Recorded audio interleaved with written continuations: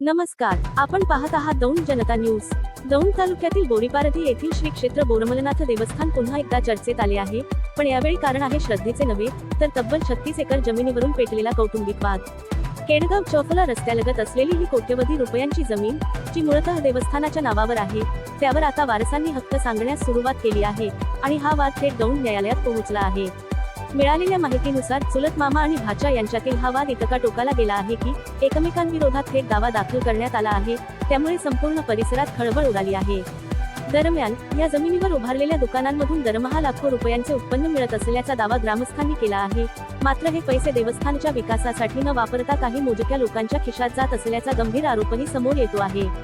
ग्रामस्थांनी आता स्पष्ट भूमिका घेतली आहे। देवस्थानची जमीन ही सार्वजनिक मालमत्ता आहे, त्यावर कोणत्याही व्यक्तीने वैयक्तिक हक्क सांगू नये, तसेच ट्रस्टमध्ये स्थानिकांचा सहभाग वाढवण्याचीही मागणी जोर धरत आहे।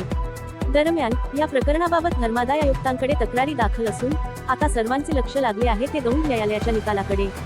देवाच्या नावावर असलेली ही जमीन खरंच देवाकडेच राहणार का की वारसांच्या ताब्यात जाणार, याचा निर्णय आता न्यायालयच घेणार आहे।